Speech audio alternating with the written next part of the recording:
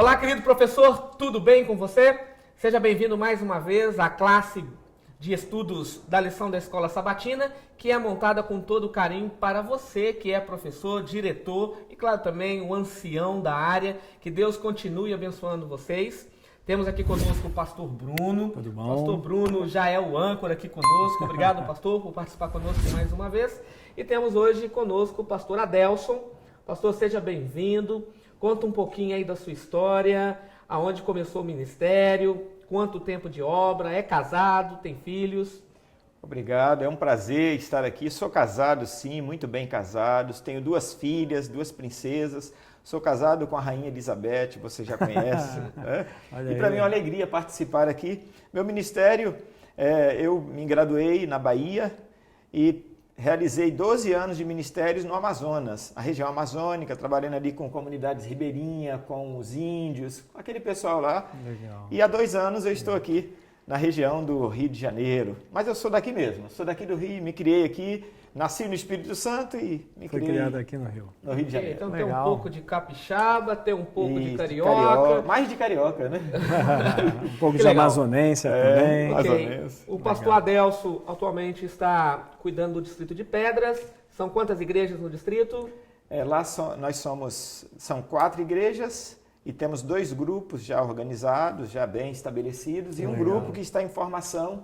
E eu aproveito para mandar um abraço para todos ali. Ah, legal. É um distrito Bom, muito legal. simpático, eu convido todos a irem lá. Opa! Ok. Às vezes estamos lá pregando, já fiz algumas Isso, semanas, é verdade, né? já foi. O de Bruno ainda evangelismo. não. Ainda não. É verdade. Bruno ainda não. Ok. Lembrando que cada lição também nós temos um momento que separamos para instruir os professores. Utilizamos o livro 52 Dicas para a Escola Sabatina e hoje é o 18º vídeo e gostaria que o pastor Valdeci pudesse dar a dica de hoje. Pastor, qual é a dica de hoje? Ao chegar à unidade de ação, você vai se deparar com medos, inseguranças e, por vezes, hostilidades. Diante desse quadro, que pode ser o seu ou dos alunos, pode haver uma sensação de isolamento, mesmo que todos estejam assentados lado a lado. O que fazer então? Uma dica para quebrar o gelo é dar uma atenção ao aspecto da ambientação para a aprendizagem. Coloque-os assentados em círculo, se possível, e apresente a recapitulação assentado. Saia com a classe para uma área aberta da igreja. Apresente uma dinâmica de grupo. Professor, a dica de hoje é a seguinte: procure familiarizar-se com seus alunos. Tome tempo para mostrar apreço e consideração por cada um deles. Você vai se surpreender. O preconceito e a apatia vão desaparecer e haverá uma nova disposição para o aprendizado. Ok, obrigado, pastor Valdeci, pelo vídeo, obrigado pela dica. Que você, professor, possa utilizar esse material na sua igreja. Com certeza ele vai corroborar, ele vai somar forças para que você possa ter aí uma linda escola sabatina abençoada. Amém? Ok, a lição dessa semana, a 12ª lição. Já estamos caminhando aí para o fim do trimestre. Já terminando. Sim, passa rápido, né? Estudamos aí um tema bem mais prático, porque na realidade a lição ela vem nos aconselhando como trabalharmos na área principal da igreja, que é a área missionária, né? Então aqui a lição ela vem nos mostrando como eu e você possamos estar capacitados para ganharmos almas para Cristo Jesus. E essa é uma semana de Apocalipse, né, E pastor? esta semana entramos numa mensagem exclusiva para o tempo do fim. Profunda, inclusive. Profunda, né? e é Muito por isso, boa. justamente, é por isso que o título da lição, mensagem que vale a pena compartilhar. Compartilhar. Não que as outras não valem, mas essa aqui é uma mensagem para o tempo presente. E nós percebemos aí durante a semana que Deus sempre teve uma mensagem para cada tempo, né? E vamos trabalhar bem esse Estudar tema. agora. Pastor Bruno, o verso para memorizar está no livro do Apocalipse, no capítulo 14, no verso 6 e o verso 7. Gostaria que Vamos você lá, pudesse então. ler então esse verso. É um verso de extrema importância. Com certeza.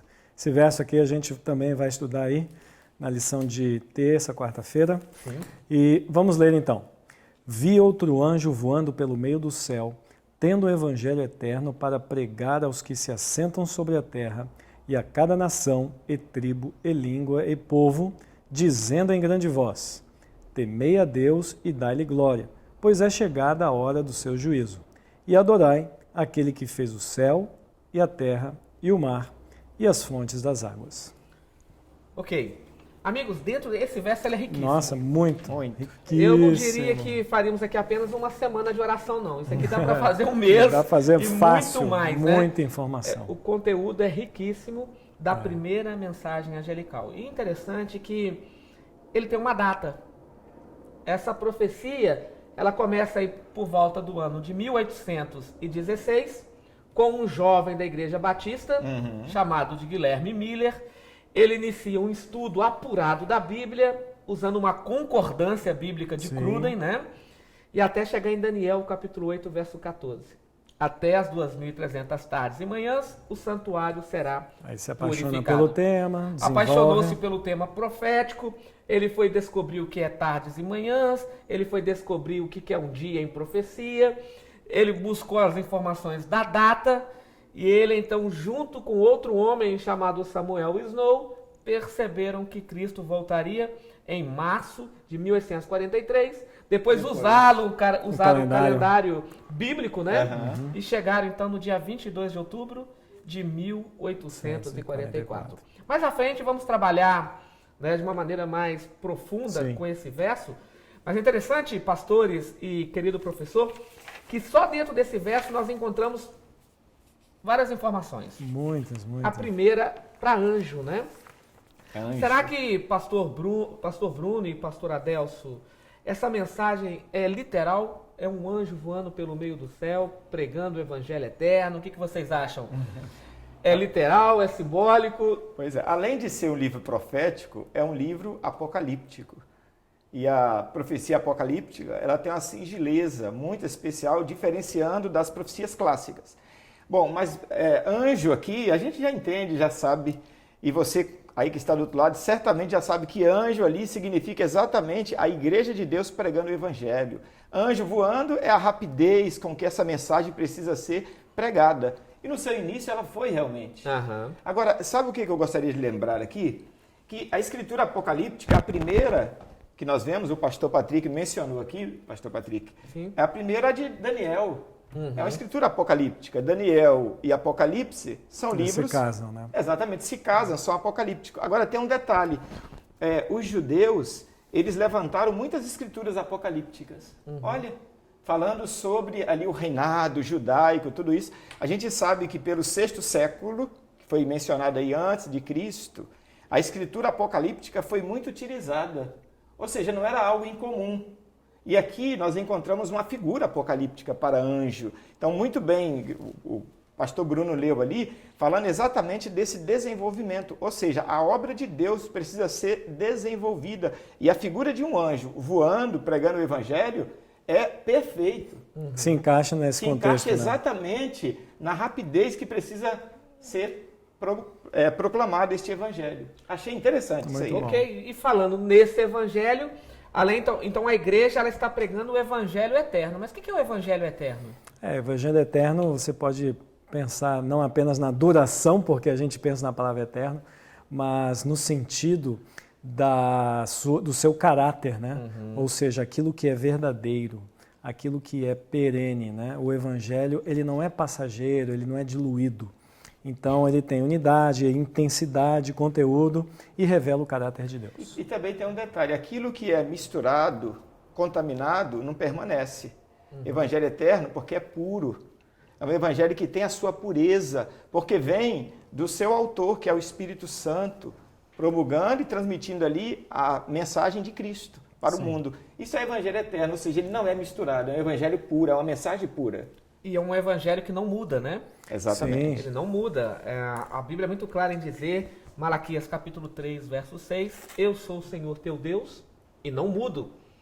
Tiago capítulo 1, verso 17, diz que toda boa dádiva e todo dom perfeito vem do alto, o qual não há sombra e nem mudanças de variações. Deus não muda. E Hebreus é bem claro em dizer também, a carta de Paulo aos Hebreus, que uma coisa é impossível. Deus não muda. Não muda. A Malaquias palavra, também diz isso. Malaquias Deus 3, não 6, muda, né? não Verdade. muda. Então nós temos anjo, que significa mensageiros, enviados. Voando é a rapidez da pregação do evangelho eterno. E o outro detalhe, que essa mensagem, ela é uma mensagem universal. A primeira mensagem angelical ela não está aprisionada a uma região. E ao tempo. E tem um tempo. Ao tempo verdade? também, porque se você diz que a mensagem é universal, então ela pega o passado, o presente e o futuro. Senão ela não seria universal. Justamente. É porque ela precisa atingir todas as gerações. Isso. Justamente, Isso, verdade. exatamente. E ela também tem um chamado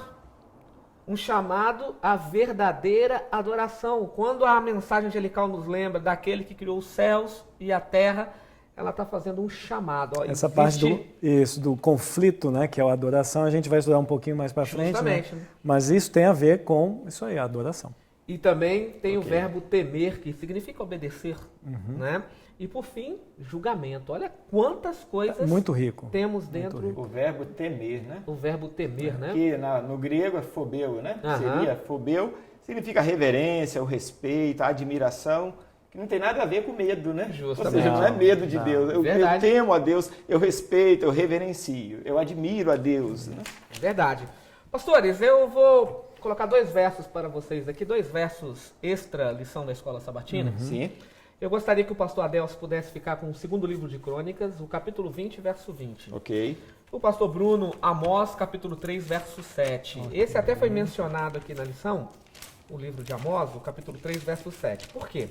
Porque o título da lição de domingo, a mensagem da verdade presente no tempo de Pedro. Quando Pedro estava aqui exercendo o seu ministério, por volta do ano 60, 65, né? Quando Pedro está aí caminhando para o final do seu ministério, ele escreve a sua primeira e a sua segunda carta. E ele tinha uma mensagem para aquele tempo, a sua verdade presente. Eu gostei dessa lição por causa dessa palavrinha. Justamente, a verdade presente, presente. né? E, pastor Bruno, então, Amós capítulo 3, verso 7. Deus, quando vai revelar algo para o povo, qual é a atitude de Deus? Como que Deus trabalha? Certamente o Senhor Deus não fará coisa alguma sem primeiro revelar o seu segredo aos seus servos, os profetas. E interessante que profeta vem da palavra hebraica nabim ou navim, Sim, né? sim. Depende aí, né? E significa porta-vozes. Então Deus levantava homens, Deus levantava mulheres, e estes eram pessoas que eram inspirados, recebiam a revelação e passavam essa mensagem, então, né, para o povo, para que eles pudessem compreender. Interessante que existem profetas que não entenderam a mensagem no tempo deles. Sim. E aí Deus levantou pessoas E digo, inspiradas para explicar o que o outro profeta não havia compreendido, né? e digo só um adendo que me chama a atenção aqui, que Deus ele entra numa questão de planejamento. Aham. Ou seja, eu vou fazer então, já veste a roupa, penteia o cabelo. Não, ele se planeja, olha, eu vou fazer, ele avisa, eu vou fazer, ele avisa. Então ele fica um tempão planejando e avisando, até que finalmente as pessoas, elas não podem culpar a Deus. Poxa, eu fui pego desprevenido. E me admira pensar que Deus sempre revela aos seus filhos. Ou seja, através dos mensageiros, através dos profetas, mas Deus revela. Ou seja, Ele não nos deixa no escuro, de maneira nenhuma. Interessante, pastor Adelso, usando aí o verbo revelar, a revelação de Deus nunca é para um indivíduo.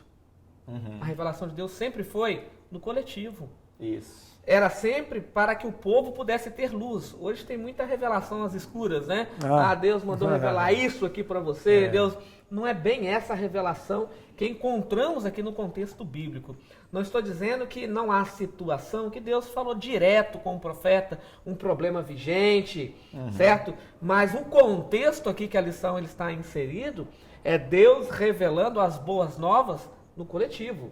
Ele utilizava aí pessoas, ele levantava homens, né? Para que pudesse, então, clarear a mente. E segundo Crônicas, pastor Adelso, capítulo 20, verso 20. Pela manhã cedo se levantaram e saíram ao deserto de Tecoa. Ao saírem eles, pôs-se Josafá em pé e disse: Ouvi-me, ó Judá, e vós, moradores de Jerusalém, credes no Senhor vosso Deus e estareis seguros. Crede nos seus profetas e prosperareis. Um clássico, né? Maravilhoso, né? Esse é o melhor texto, né?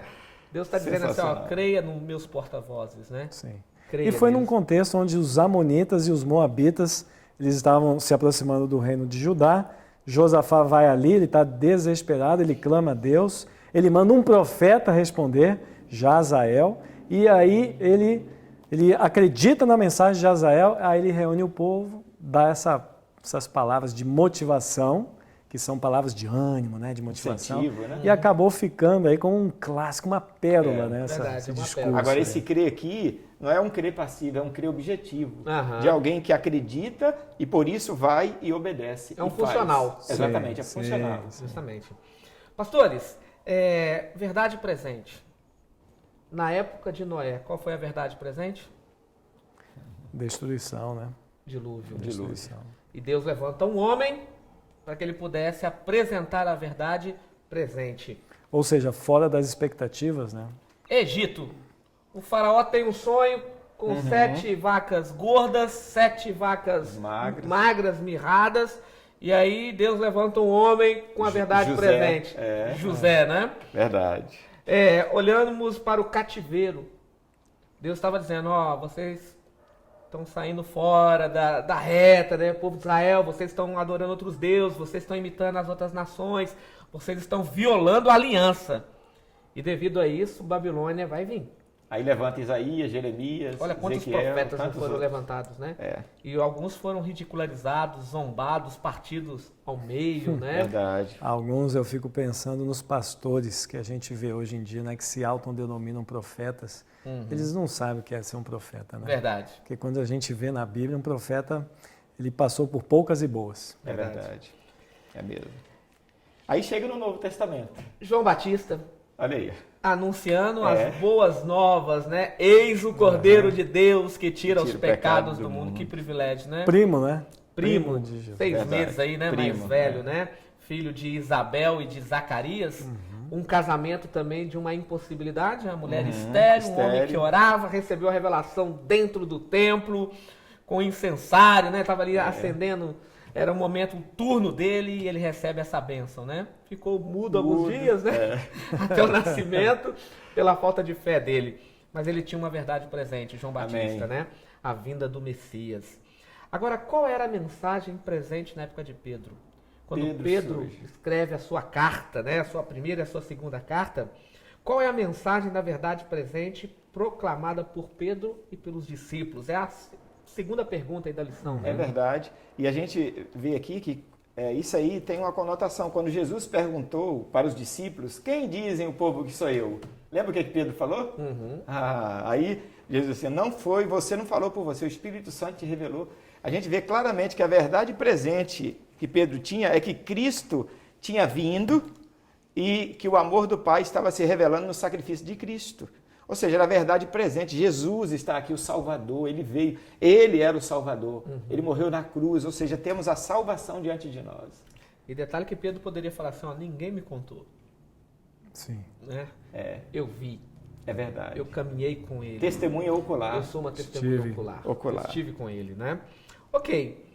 Segunda-feira, o tema da lição também, o foco do Apocalipse no tempo do fim.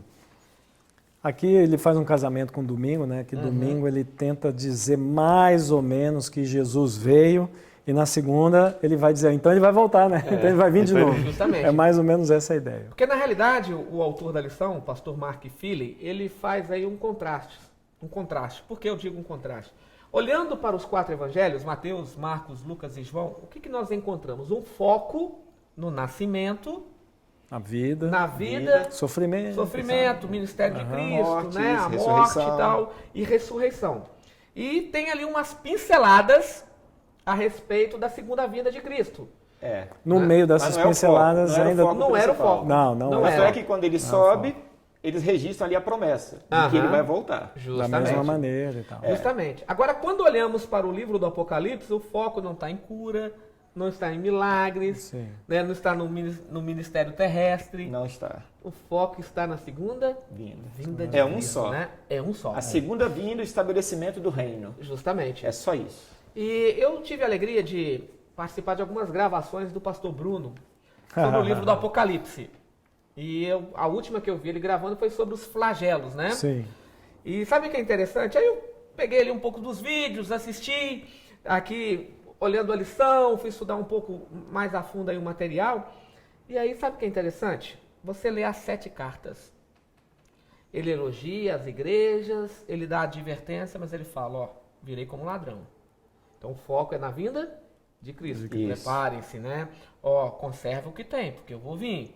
O foco. O foco é a volta É de a volta Cristo, de né? Cristo. Ó, ser fiel até a morte, que dar tirei a coroa da vida. Então, todos os textos proféticos do livro do Apocalipse sempre terminam Futuro. com o futuro, falando Verdade. da volta de Jesus Cristo. Então, o foco, nós temos aí 22 capítulos.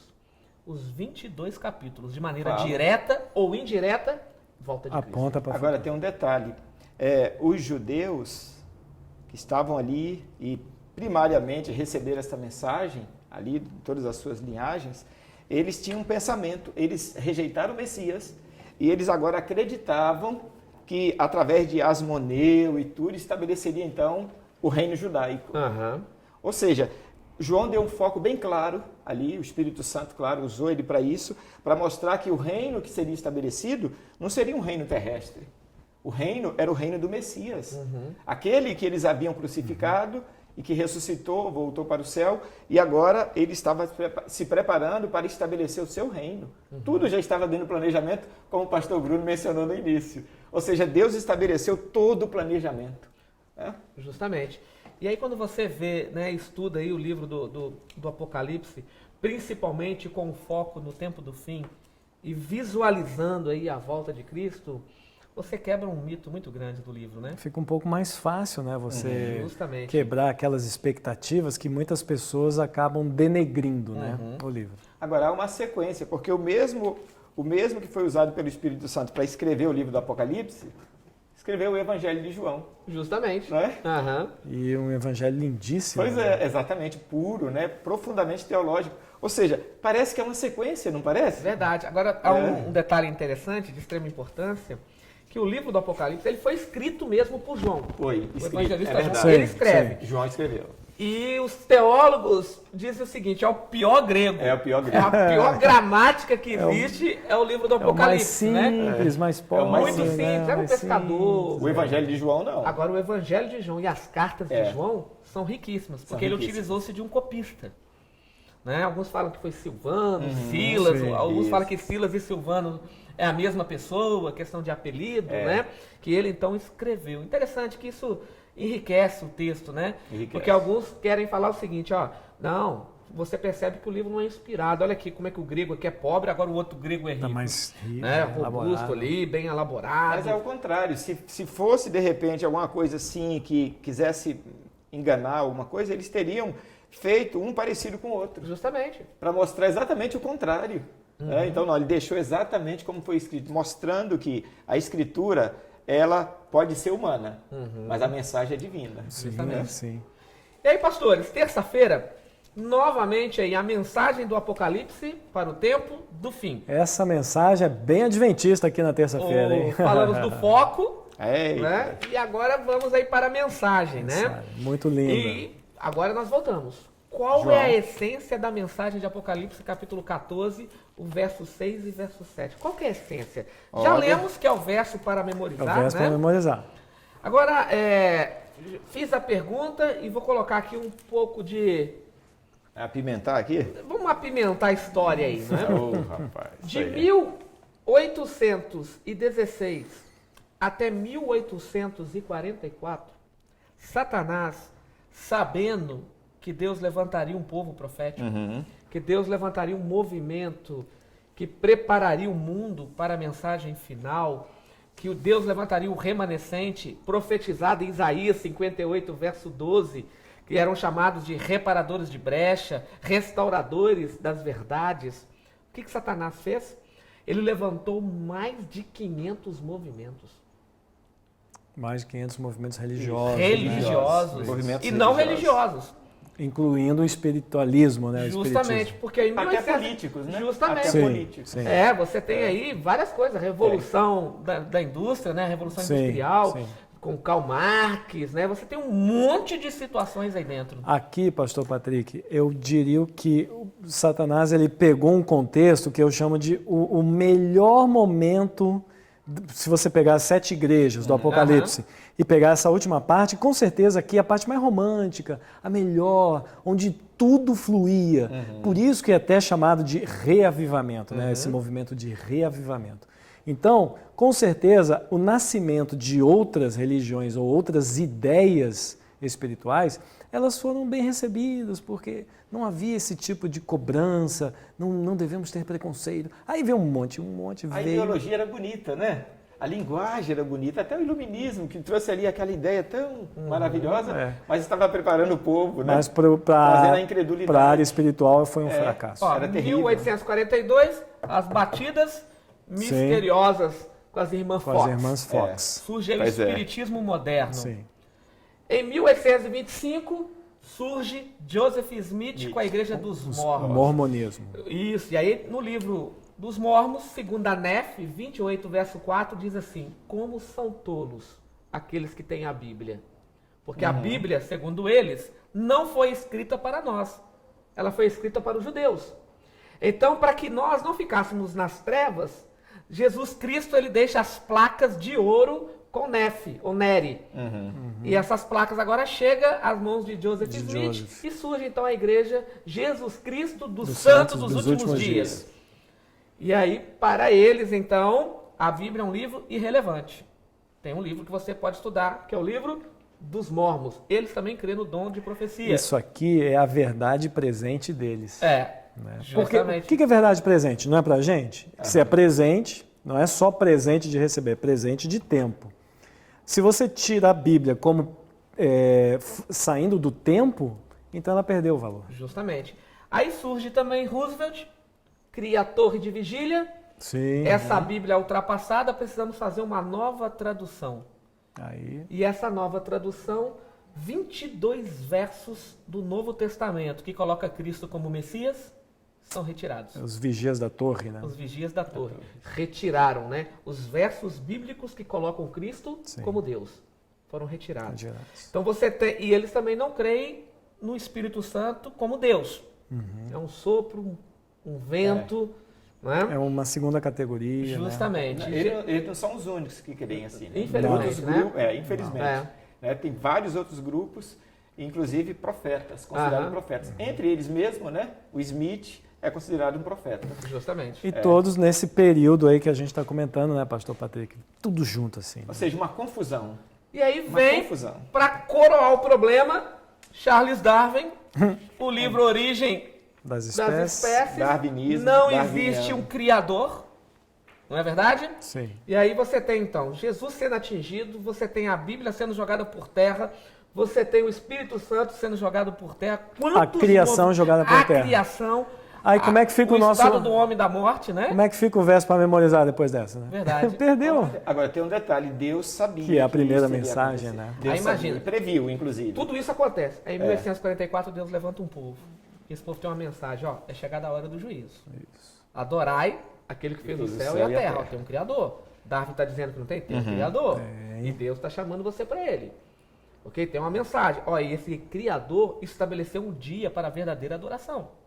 É o sábado. Então, tudo vamos encontrando aí, né, dentro A Bíblia como fonte. uma A Bíblia como refutação fonte. divina, né? Sim. A mensagem presente. Ok, pastores. E o que nós podemos colocar mais aí para os nossos professores relacionados aí a este período, né? A pergunta de número 5 diz: qual é a essência da mensagem? Qual é a essência? A essência é mostrar que Deus, ele está em ação o tempo todo. Isso. Ele está em movimento constante e numa linguagem humana, né? Se bem que a gente não fica muito bem para Deus, mas ele faz o possível, né? Sim. Como se É, ele tivesse alguma limitação. E ele dirige a história, né? Aham. Sim. Ele é que dirige a história. Às ele vezes faz. parece que está nas mãos do homem, do ser humano, mas não está. Deus está conduzindo. Essa ideia, pastor, ela vai permear até o capítulo 17, 18, mas a gente vai estudar isso. Vamos lá, Verdade. vamos Daqui a em pouco. frente. Ok. Quarta-feira, compreensão mais plena da verdade. E a lição de quarta-feira, pastores e professores, ela fez questão de destacar aí o verbo temer. Temer. Sim, essa aqui Fobeu, é né? a palavra-chave da lição. A palavra-chave da lição. Temer, né? Porque ele vem temer a Deus e Dai-lhe dar glória, né? E o pastor Adelso, até no início da lição, ele fez um comentário que Foi o muito verbo feliz aí, temer né? não significa Não ter medo. ter medo. Muito pelo contrário. Fobeu, eu repito, significa reverenciar, respeitar, admirar alguém. Agora, esse temer aqui também não é um temer qualquer. Eu reverencio, respeito, porque tem muita gente que fala isso. Muitos falam isso. Mas esse temer aqui tem um sentido também de quem reverencia, obedece. Sim. Segue as orientações. Vou falar disso daqui a pouquinho, aqui eu vou dar uma pincelada aqui. Então, já foi colocado, o pastor Adelson colocou muito bem. O verbo temer pode ser traduzido como reverenciar. O verbo temer pode ser traduzido também da seguinte maneira: não se assente no lugar que pertence a Deus. Sim. Tem muita gente hoje querendo se assentar e tomar decisão no lugar de Deus, né? E até tentando diminuir a Deus. Justamente. Então é não se assentar no lugar que pertence a Deus. E para nós que somos religiosos, nós entendemos que Deus nos chama com uma missão, cada um de nós tem uma missão, né? Bom, como pastores a gente pode meio que deixar igual, mas qual que é a função de um rei na Bíblia? Qual que é a função de um profeta na Bíblia? E assim sucessivamente. Aí, quando você vê temer é o seguinte: quando o religioso tem a missão, ele se sente acuado e diz, puxa, acho que eu não vou conseguir cumprir minha missão. Aí ele usurpa a missão de outra pessoa. Então temer é exatamente o quê? Deixa Deus no lugar dele. Não tira esse... Não se coloca Não se coloca dele, ali, né? Não tira ele dali não. Deixa Deus ser Deus. Agora, um outro detalhe, pastores, a lição ela trabalhou com Eclesiastes capítulo 12, verso 13. E o que me chamou a atenção é que o verbo temer é dado para quem? Lá em Eclesiastes 12, verso 13, diz o quê? A suma é temer a Deus. Temer a Deus. Porque isso é obrigação de todo homem. E o homem aqui no sentido antropológico, genérico, né? É o dever de todo homem, de toda mulher. Eclesiastes aqui, ela se casa com essa parte do grande conflito do Apocalipse. Então, a gente poderia dizer que aqui ela tem no Eclesiastes, uma pegada mais dura, e quando você vai para o Apocalipse, ela explica a realidade dessa dureza, ou dessa ênfase que Eclesiastes está dando para a gente. Não é do jeito que a gente gostaria, mas a realidade é a seguinte: se você não adorar a Deus, o grande conflito diz, você vai adorar a besta, a sua imagem. Ou seja, você vai estar adorando um. É inevitável. É inevitável. É inevitável. Não existe caminho neutro. Não existe coluna do meio, né? Eu já vi algum dizendo assim, não, eu não sou cristão, mas eu também não sou ateu, ou seja, eu não adoro nem a Deus e nem ao inimigo de Deus. Eu estou no terreno neutro. Eu estou em cima do muro, só que não tem esse espaço. O muro pertence ao diabo. O muro é dele. O muro é dele, não adianta, né? Você já fez uma escolha. Agora a lição também, no verbo temer aí, que também significa obedecer, né? Já foi falado aqui pelos pastores, veio falando do sábado também. Qual é o papel do sábado no grande conflito? Muito bem. Olha, o sábado é um mandamento diferente. Porque se alguém diz, você não pode matar, todo mundo diz, está certo, eu não posso tirar a vida do outro, eu também não posso dar vida. Se diz, você não deve furtar, está certo, eu não posso pegar o que é do outro. Agora, o sábado, quando você diz assim, e o sábado, para que é? O sábado é uma ordem divina. E o sábado tem a ver com relacionamento com Deus. E o mandamento do sábado é o único, pastores, e quem está em casa também deve ter consciência disso, que apresenta Deus como Criador, como Senhor que fez o céu e a terra. Ou seja, o inimigo tem um ódio deste mandamento. Ele não gosta de nenhum, mas desse ele tem um ódio terrível, porque apresenta Deus como Criador. E ele quer pegar essa prerrogativa para si. Ele quer ser o Criador. Agora, o mandamento do sábado vacina a pessoa para ela continuar adorando o verdadeiro Criador. Verdade. Posso falar aqui um pouquinho, pastor? Eu disse que eu ia comentar um pouquinho sobre esse temer. E o sábado, ele me ajuda a entender o que são circunstâncias desfavoráveis. Sim. Quando a Bíblia diz temer a Deus e dar-lhe glória, a gente vai temer o Deus que disse, 6 dias trabalharás. E no 7º você não vai trabalhar.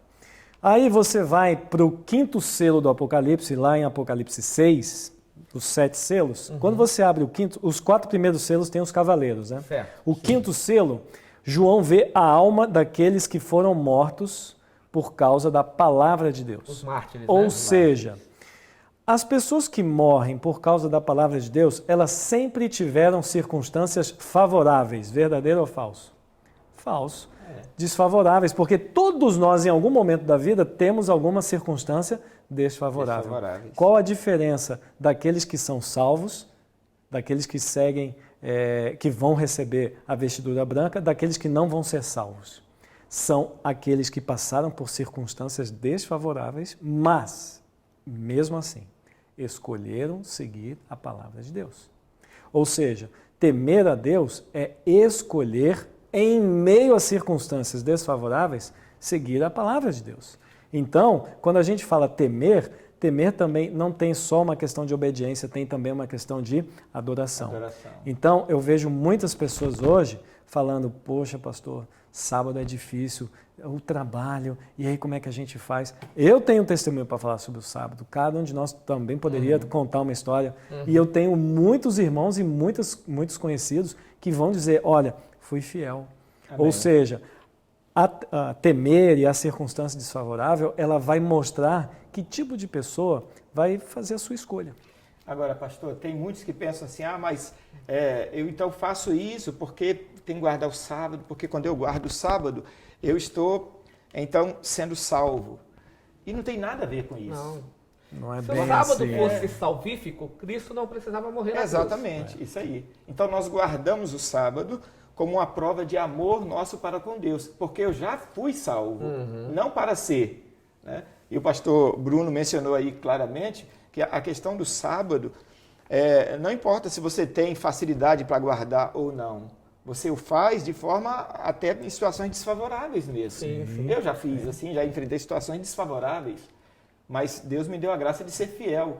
Agora, isso tem a ver com o meu temor a Deus, porque eu vejo muita gente dizendo assim, mas eu temo a Deus. Não há como uma pessoa temer a Deus e não obedecê-lo. Não há como. Isso não é temor. Não. No céu não vai ter ninguém salvo dizendo, puxa, foi a mó moleza ser salvo. Não vai ter ninguém. Não vai. Verdade. Ou permanecer salvo. Agora, pastores, sabe o que é interessante? Quando nós olhamos para Ezequiel, capítulo 20, verso 12 e o verso 20, encontramos ali que o sábado foi dado como um sinal. Um sinal. A palavra hebraica para sinal é ot. E ot é traduzido como porta-bandeira. O que é o sábado no grande conflito? Uma identidade, né? É uma bandeira que eu levanto, identifica, né? Mostrando de que lado eu estou no grande conflito. Identifica os filhos de Deus. Assim como a besta tem um sinal também, de quando alguém levanta a bandeira e mostra de que lado está, né? O sábado identifica que o sinal é divino, o 666 que diz que é número de homem, ele quer dizer que não é divino. Justamente. Se o sábado é divino, então aquilo que não é do sábado, não é divino. Na verdade, o selo de Deus, que é o verdadeiro, que surgiu primeiro, ele mostra, além de mostrar de que lado nós estamos, quando a besta lança o seu sinal também, está fazendo uma contrafação com o sinal de Deus. E o sinal de Deus, ele estabeleceu como um dia, é um diferencial, uma bandeira. Então o sinal da besta vai ser um dia também, que ela vai estabelecer em contrafação com o dia do Senhor. Está aqui porque o título da lição é uma mensagem que deve ser compartilhada. Isso, que deve ser falada. E é interessante que na quinta-feira é o apelo final de Deus, né? Essa aqui é muito legal, hein? Vai falar um pouquinho Deus fazendo um apelo. E é interessante que Deus ele veio trabalhando ali com o tema Babilônia. Sim. E esse termo Babilônia aqui não é um termo nação. É a Babilônia espiritual. Sim. Porque a Babilônia, nação, ela foi destruída. Né? Por Ciro, por Dario. Existiu lá no 6º século, lá onde Daniel esteve, aquilo tudo, mas passou. Justamente. Agora no livro do Apocalipse, que é a mensagem para o tempo do fim, ele diz, vai ter Babilônia novamente. E já é no 1º século, depois de Cristo. Justamente. Ou seja, não é mais aquela mesmo. Não é aquela Babilônia antiga. Interessante. Eu gostei dessa mensagem aqui, pastor Paulo. Também gostei muito.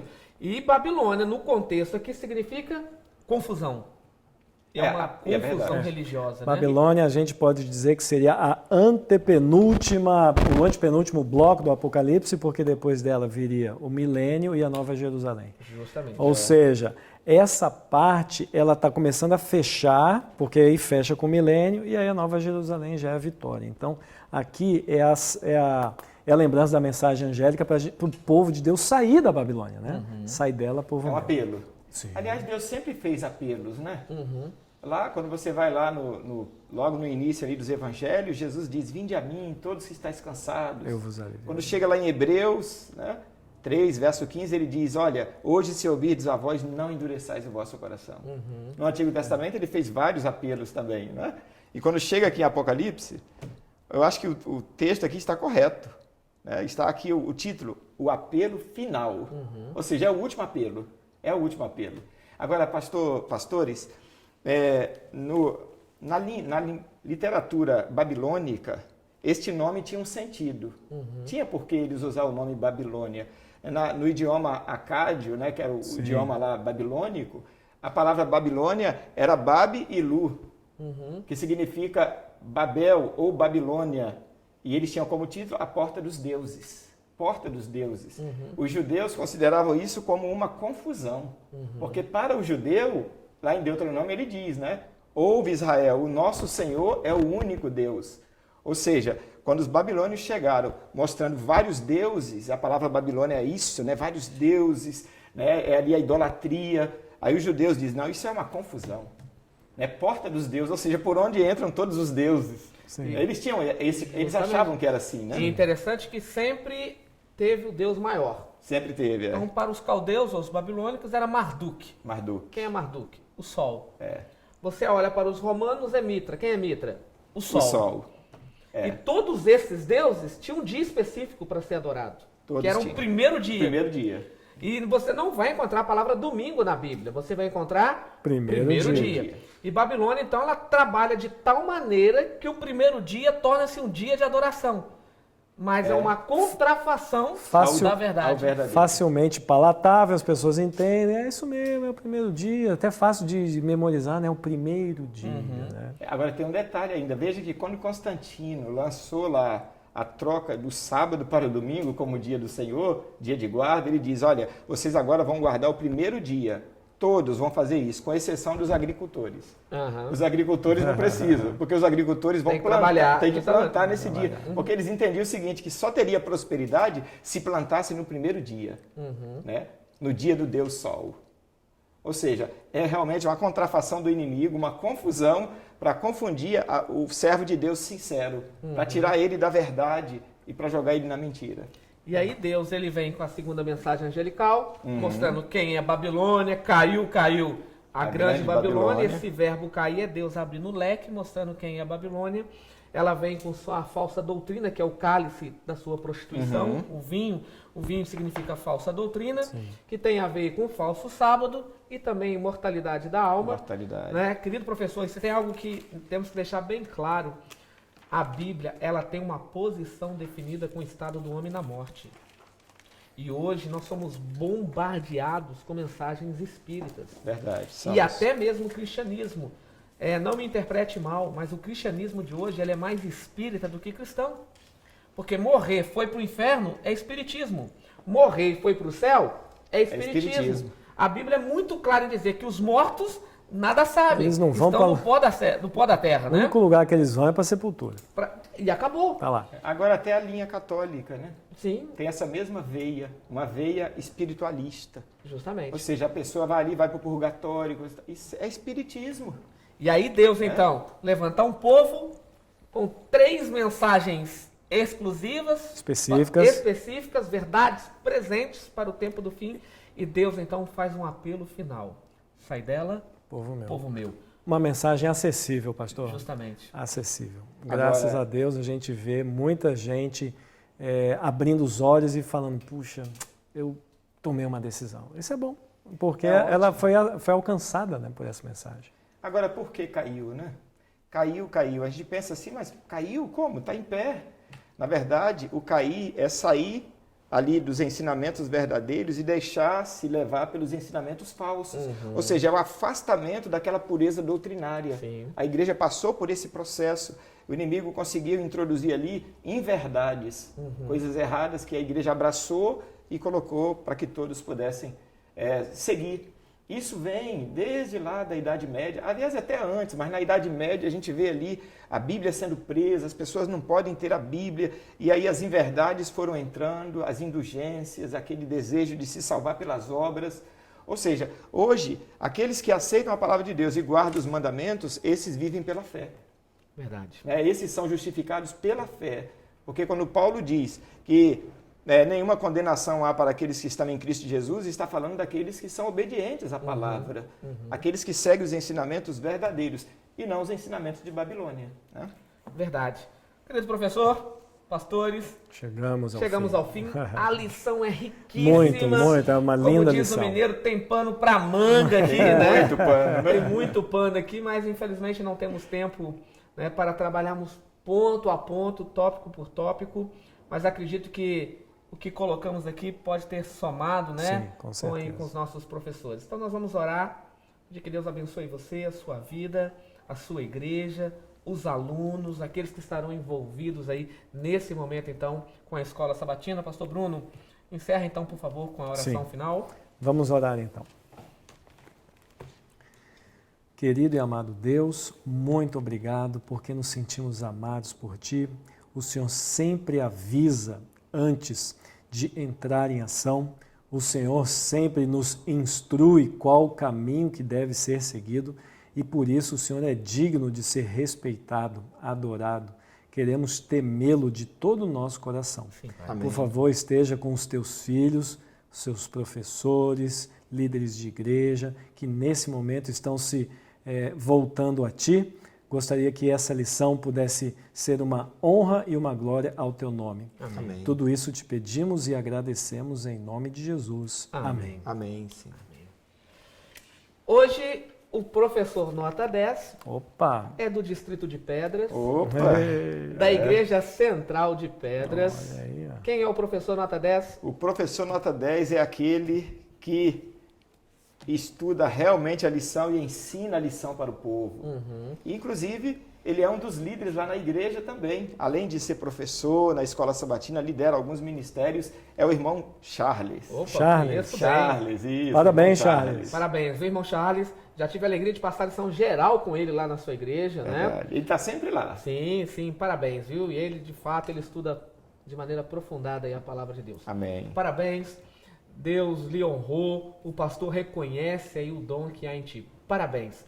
E eu tenho um recado para vocês. Eu estudo a lição. E você?